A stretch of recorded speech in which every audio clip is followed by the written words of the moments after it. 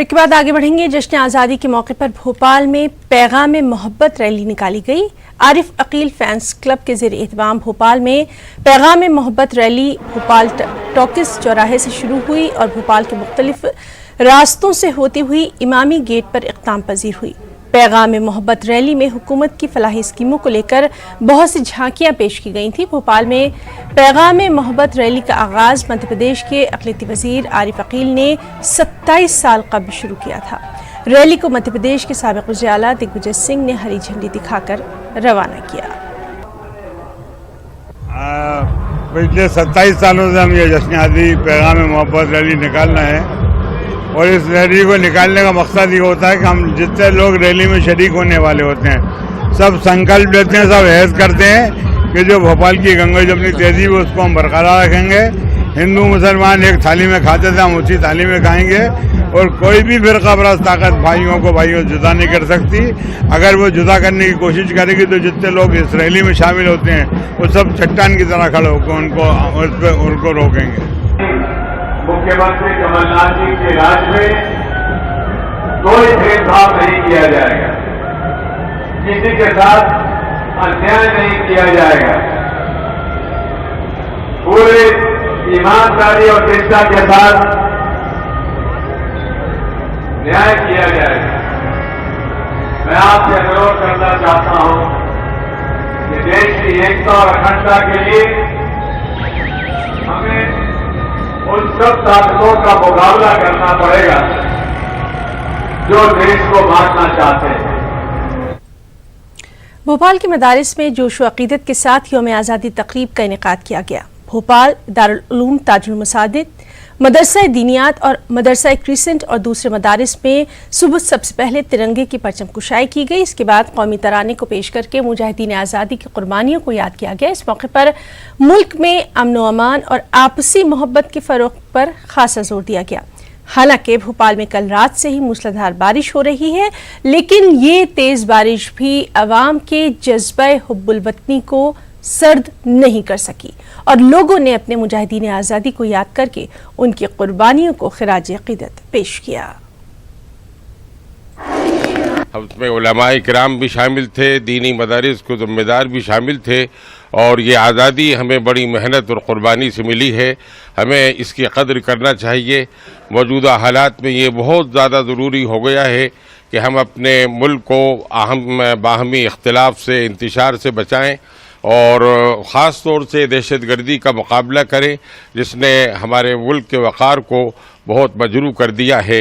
ज़रूरी है कि हमारी तमाम जमातें जितनी भी हिंदुस्तान में हैं, तमाम तालीमी इदारे, तमाम हमारे सियासतदान मिलजुल कर इस बारे में कदम बढ़ाएं और पहले की तरह हिंदुस्तान को अमन व अमान का गहवारा बनाएं।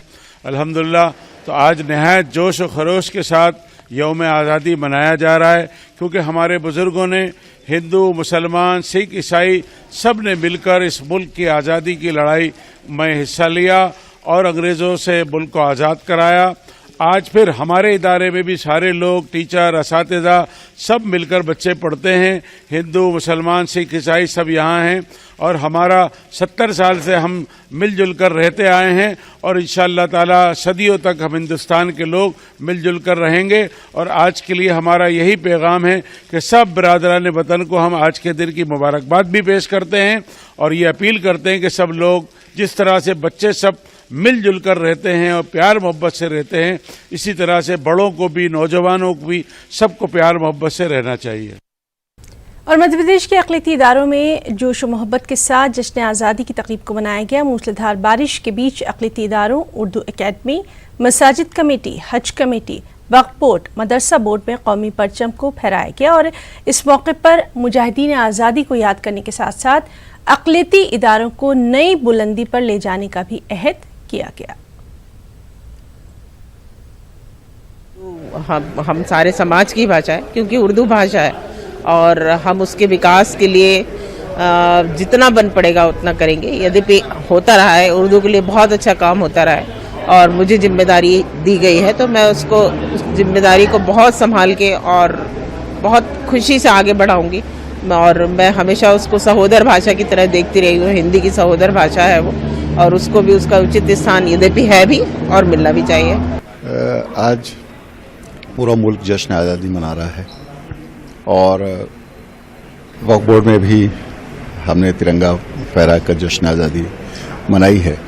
और आज हमने ये तय किया है कि अपने सभी ऑफिस के साथ मिलकर कि एक जो पब्लिक रिड्रेसल सेल हम शुरू कर रहे हैं और आज के दिन से ही हमने उसको स्कीम को फाइनलाइज किया है और इसमें कोशिश करेंगे कि लोगों को ऑनलाइन और ऑफलाइन हम इसका रिड्रेसल शुरू करें। ये वक्फ बोर्ड की एक बहुत बड़ी ज़रूरत थी, वक्फ बोर्ड की क्या पूरे प्रदेश के लोगों की, कि वो ऐसा कोई सेल नहीं था ऑफलाइन ऑनलाइन कि वहाँ बैठ के वो अपनी बात और अपना रिजल्ट देख सकें कि उन्होंने शिकायत की थी उसका क्या नतीजा हुआ। इस मुल्क को आज़ाद कराने में सभी लोगों का, इसमें हमारे बुज़ुर्गों का हाथ है, बिरादरान वतन का भी हाथ है और हमारे असलाफ, रकाबिरीन, उलमा, मुसलमानों का भी इसमें बहुत ज़बरदस्त किरदार है। उन्होंने अंग्रेज़ों के ख़िलाफ़ ज़बरदस्त मुहिम छेड़ी और उसके बाद फिर एक दिन वो भी आया उनकी मेहनतों के नतीजे में कि अंग्रेज़ को हिंदुस्तान छोड़कर जाना पड़ा और 15 अगस्त 1947 को ये देश और ये मुल्क हमारा आज़ाद हो गया अंग्रेज़ों से और हम गुलामी से निजात पा गए। अब होना ये चाहिए कि अब जो आज़ादी हम लोगों को मिली है और आज़ादी का हक़ मिला है वो हमको मिलता रहे और हम सब गोया अमन, चैन, सुकून और शांति के साथ इस देश के अंदर रहें और ये देश हमारा तरक्की करता रहे। हमारी आज़ादी बड़ी मुश्किल से और बड़ी कुर्बानियों से हमको मिली है। जिस कुर्बानी को हमारे बड़ों ने दिया उसको ही हम आज अंदर रखने के लिए ये जश्न आज़ादी मना रहे हैं और हम इसके शुक्रगुजार हैं कि हमारे बुज़ुर्गों ने, हमारे बड़ों ने बहुत मेहनत करके, बहुत जाफिशानी करके ये चीज़ हमें दी। तो बुलेटिन में